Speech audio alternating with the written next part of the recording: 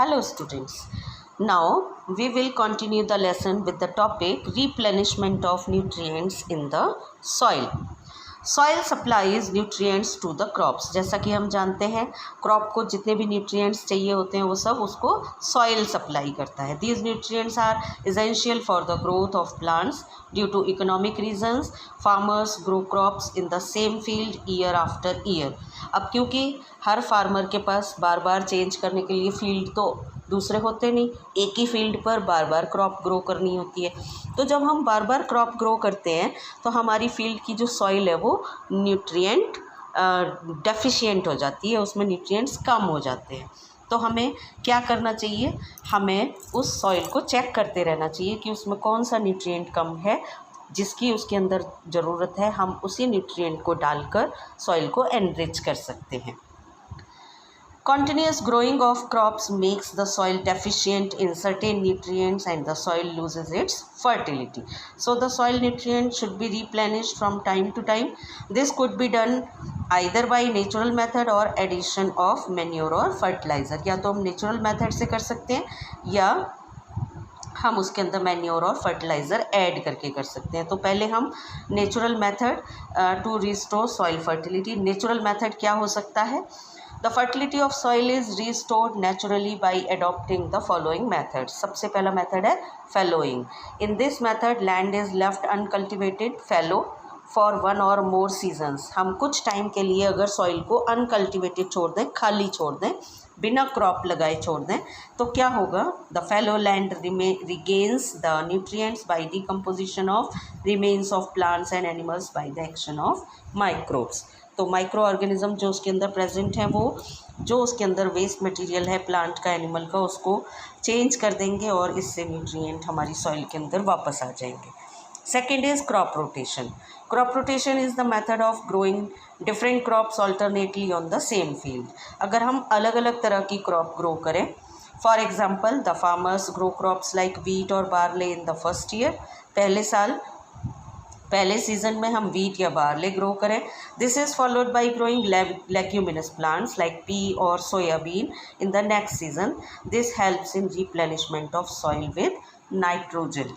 इससे क्या होगा? अगर हम किसी लेग्यूमिनस प्लांट को वीट और बार्ले के बाद ग्रो करें तो अपने आप से नाइट्रोजन उसके अंदर एनरिच हो जाता है. जैसा कि हम जानते हैं कि इन प्लांट की रूट्स के अंदर नाइट्रोजन फिक्सिंग बैक्टीरिया रहता है जो एटमॉस्फेयर की नाइट्रोजन को फिक्स कर देता है. इससे सॉइल के अंदर नाइट्रोजन की जो डेफिशिएंसी है वो पूरी हो जाती है. You have learnt earlier in class 7 that bacteria called rhizobium are present in the root nodules of leguminous plants. These bacteria convert atmospheric nitrogen into simpler nitrogen compounds or nitrates that can easily be absorbed by plants. Farmers are being encouraged to adopt this practice. तो farmers को कहा जाता है कि आप यही practice use करें कि एक बार आप कोई भी सीरियल लगाएं और दूसरी बार एक लेग्यूमिनस प्लांट लगाएं. Next is mixed cropping. Mix cropping में क्या होता है? इन दिस मेथड 2 और more crops are grown together in the same field. The crops are selected in such a manner that the nutrient requirement of one crop is fulfilled by the another. ठीक है, तो इस तरह से हम अगर दो अलग अलग तरह की क्रॉप्स यूज़ करें तो इससे हम अच्छी सॉइल न्यूट्रिएंट बना सकते हैं अपनी, जिसके अंदर ज़्यादा न्यूट्रिएंट है और अगली हमारी जो क्रॉप होगी उसके लिए हमें ज़्यादा बेनिफिट मिलेगा. Leguminous crops such as pea, soybean and cereal crops like wheat और rice can be grown together in the same field. एक साथ भी हम एक ही फील्ड में एक साथ भी ग्रो कर सकते हैं राइस वीट के साथ लेग्यूमिनस क्रॉप को. Cotton and groundnut leguminous crops होती हैं जो एक साथ ग्राउंडनट लेग्यूमिनस है और कॉटन से सिंपल क्रॉप है, तो हम एक साथ भी ग्रो कर सकते हैं. अब दूसरा मेथड आता है मैन्योर एंड फर्टिलाइज़र्स को यूज़ करके हम किस तरह से सॉइल की फर्टिलिटी को बढ़ा सकते हैं. तो यूज़ ऑफ मैन्योर और fertilisers is called manuring. These substances increase the fertility of the soil. Manure is an organic substance. Manure organic substance होता है जो हम प्लांट के वेस्ट मटेरियल से बनाते हैं. Manure is an organic substance rich in nutrients obtained by the decomposition of plant and animal waste by microbes. Compost is prepared by decomposition of farm and domestic organic waste material like animal excreta, feces matter of human being, sewage waste, weeds, dry leaves etcetera in a compost pit. आप लोगों ने class 6 में compost pit के अंदर compost बनाने का method पढ़ा था, हम उसी की बात कर रहे हैं। The process of producing compost is called composting. We may define composting as a biological process in which microbes decompose the organic matter present in organic waste material to produce manure. Fertilisers inorganic material से बने होते हैं और इनको हम factory के अंदर बनाते हैं। Fertilizers are human-made chemical substances that are rich in one or more nutrients like nitrogen, phosphorus, and potassium. Fertilizers are produced in factories. Some examples of fertilizers are urea, ammonium sulfate, superphosphate, ammonium phosphate, potash, and nitrophosphate. Fertilizers are soluble in water and thus are easily absorbed by the plants and increase the crop yield. हम थोड़े से water में mix करके इनको पूरे अपनी soil के ऊपर इसका स्प्रे कर देते हैं, इसको डाल देते हैं, तो ये हमारी पूरी सॉइल के अंदर मिक्स हो जाता है, प्लांट इसको एब्जॉर्ब कर लेते हैं। Fertilizers are usually applied either by spraying using a sprayer or through irrigation canal. Advantages of manure. अब देखिए मैन्योर का क्या एडवांटेज है। Organic manure is considered better than fertilizer. क्यों? Because it enhances the water holding capacity of the soil. Water holding capacity, पानी को रोकने की जो पावर है सॉइल की, वो बढ़ती है मैन्योर डालने से।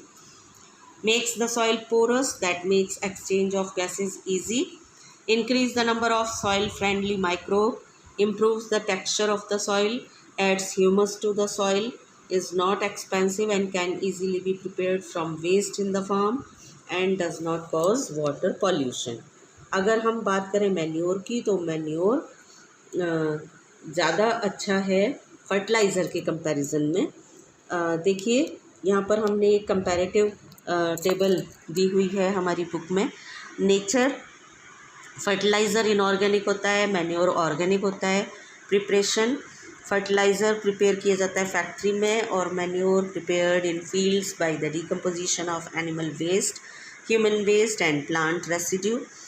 ह्यूमस फर्टिलाइज़र के अंदर नहीं होता है, इसलिए ये सॉइल में ऐड नहीं कर पाता है। मैन्योर के अंदर ह्यूमस होता है, इसलिए ये सॉइल को लॉट ऑफ ह्यूमस दे देता है। Amount of nutrients present, fertiliser के अंदर रिच होते हैं न्यूट्रिएंट्स जैसे नाइट्रोजन, फॉस्फोरस, पोटेशियम, लेकिन मैन्योर के अंदर न्यूट्रिएंट्स कम होते हैं। कॉस्ट, फर्टिलाइज़र बहुत महंगे होते हैं, मैन्योर ऑलमोस्ट चीप होता है, इजीली अवेलेबल भी है और बिल्कुल नेग्लिजिबल कॉस्ट है क्योंकि ये वेस्ट मटेरियल से बनाया जाता है। Example fertilizer urea and potash and example of manure is sunhemp, sesbania, cow dung etcetera. Now disadvantages of using fertilizers. अगर हम फर्टिलाइज़र यूज़ करते हैं तो क्या डिसएडवांटेज होगा? Modern agriculture depends greatly on chemical fertilizer. Excessive use of fertilizers increases the crop yield. हालांकि हमारी crop yield बढ़ जाती है, but when fertilizers get washed off through irrigation and rainfall, हम पानी जो डाल रहे हैं अगर हमने ज़्यादा डाल दिया और वो वाटर बॉडीज़ में पहुंच गया, या बारिश आई और बारिश में पानी हमारी सॉइल से होता हुआ हमारे वाटर बॉडीज़ में पहुंचता है, तब ये फर्टिलाइज़र हमारे लिए बहुत ज़्यादा हार्मफुल हो जाते हैं और सिर्फ हमारे लिए नहीं, वाटर में रहने वाले प्लांट्स और एनिमल्स के लिए भी। They reach water bodies like rivers and lakes, this causes water pollution. The polluted water is unfit for human consumption. It even kills the aquatic animals such as fishes. Fertilizers are non-biodegradable, thus also cause soil pollution. अगर soil के अंदर भी ज़्यादा time तक पड़े रहें तो फिर ये सॉइल को भी पॉल्यूट कर देते हैं, इसलिए हमें फर्टिलाइज़र्स के यूज़ को थोड़ा सा देखभाल के करना चाहिए, सोच समझ के करना चाहिए। To maintain the fertility of the soil, excessive use of fertilizers should be avoided and use of manure should be promoted. यहाँ पर हमने एक एक्टिविटी दी हुई है, to observe the growth of seedling with manure and fertilizer. अगर हम दोनों चीज़ें यूज़ करेंगे तो क्या होगा? Things needed: some gram seeds, 3 thermocol glasses, soil, compost, urea and water. Take some gram seeds, let them germinate and grow into seedlings. 3 glasses लेके तीनों के अंदर सॉइल ली और उनके अंदर तीनों के अंदर हमने सीड्स डाले. Now take 3 empty thermocol glasses and label them A, B, C. In glass A, put little amount of soil mixed with a little compost. In glass B, put soil mixed with urea. पहले में हमने manure डाला, compost डाला है, दूसरे में urea डाला, तीसरे में हमने कुछ नहीं डाला. Without adding anything. Plant the seedlings in each glass. Sprinkle little water in each and keep them at a place where they get sufficient air and sunlight. Water them regularly and observe their growth. क्या देखेंगे हम? Glass ए जिसके अंदर हमने manure डाला था, compost डाला था, seedlings grow well, look green and healthy. B के अंदर seedling grow faster, look green and healthy. C के अंदर ग्रोथ जो है वो सबसे कम है और पेल येलो. मीन्स हमने ना यूरिया डाला है ना फर्टिलाइज़र डाला है, तो हमारा क्रॉप जो है वो नहीं ग्रो होगा अच्छे से. Discussion. Seedlings of glass B grow the fastest because fertilizers are soluble and easily absorbed by plants. They are very rich in essential plant nutrients. Seedlings of glass A grow well because manure is good for plant growth. They show comparatively less growth because manure is not directly absorbed by the plants. Seedling in glass C show very less growth because of less availability of nutrients. Now, the next step of the crop growing is irrigation. Water is important for the survival of plants because of the following reason. Water is important for the proper growth and development of flowers, fruits, seeds of plants. Water is absorbed by the roots. Along with water, minerals and fertilizers are also absorbed. Water is essential for germination of seeds. Water is essential for carrying out the process of photosynthesis to make food. Water dissolves nutrients that are transported to each part of the plant. Water also protects the crop from both frost and hot air current. तो पानी जो है वो हमारे crops के लिए बहुत ज़रूरी है, तो हमें अब अपनी क्रॉप्स को पानी देना है. Therefore, supply of water to crop at regular interval is essential for crop production. Rainfall is one of the main sources of water for crops. Since we cannot always depend upon rainfall, so it is essential that farmers should have other ways of supplying water to the crop fields. केवल हम rain पर depend नहीं कर सकते, इसलिए हमारे पास कुछ और भी मेथड होने चाहिए. अगर मान लो रेन नहीं होती है तो हम कैसे अपने फील्ड को पानी देंगे, तो हमारे पास कुछ और भी मेथड होते हैं. The supply of water to the crop plants at regular intervals through sources other than rain is called irrigation. The time and frequency of irrigation depend on the following 3 factors: nature of the crop plant, nature of soil and season when the crop grows. 3 चीज़ों पर depend करती है हमें कितना पानी देना है, कब पानी देना है. इसके लिए हमें 3 चीज़ें देखनी पड़ती हैं कि हमने कौन सा क्रॉप प्लांट लगाया है, उसकी नेचर क्या है, सॉइल कौन सी है हमारी, और सीज़न कौन सा है जिसमें हम क्रॉप को ग्रो कर रहे हैं. Let us study the above factors in detail. Crop based irrigation. Some crop plants require more water while others need less water. For example, rice crop requires standing water. हमारी अगर rice की crop है तो उसको standing water चाहिए, खड़ा पानी, बहुत ज़्यादा पानी, मतलब हर समय हमारी सॉइल जो है वो पानी में डूबी रहे. And continuous water supply, whereas some crops like wheat and cotton require less water. कुछ क्रॉप्स होती हैं जिनको कम पानी चाहिए होता है. Second is soil based irrigation. Irrigation also depends on the nature of the soil in which the crop is grown. Sandy soil needs more frequent irrigation due to its poor water retaining capacity. अगर हमारी जो soil है वो Sandy soil है तो वो क्योंकि कम पानी रोक पाती है तो हमें जल्दी जल्दी पानी देना पड़ता है. Clay soil needs less frequent irrigation due to good water holding capacity. अगर क्लेई सॉइल है तो क्योंकि वो पानी को रोक के रखती है तो हमें कम पानी देना पड़ेगा. Season based irrigation. The rate of evaporation of water from soil and leaves increases in summers. अगर गर्मी का मौसम है तो पानी जल्दी इवेपोरेट हो जाएगा, तो हमें ज़्यादा पानी देना पड़ेगा. So the frequency irrigation has to be increase.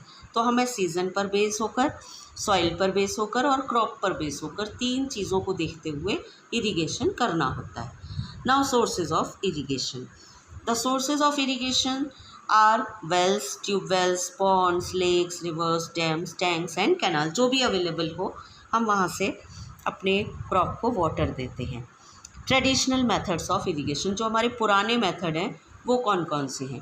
The water available in wells, lakes and canals is lifted up by different methods for irrigation.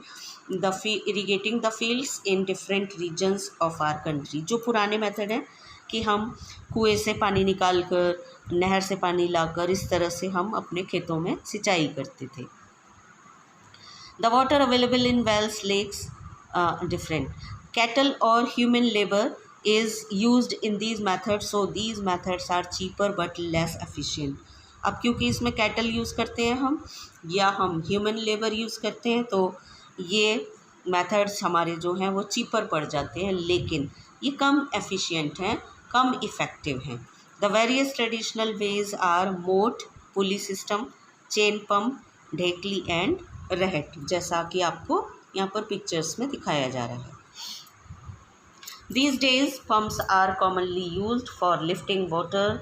Diesel, electricity or solar energy is utilized in these pumps.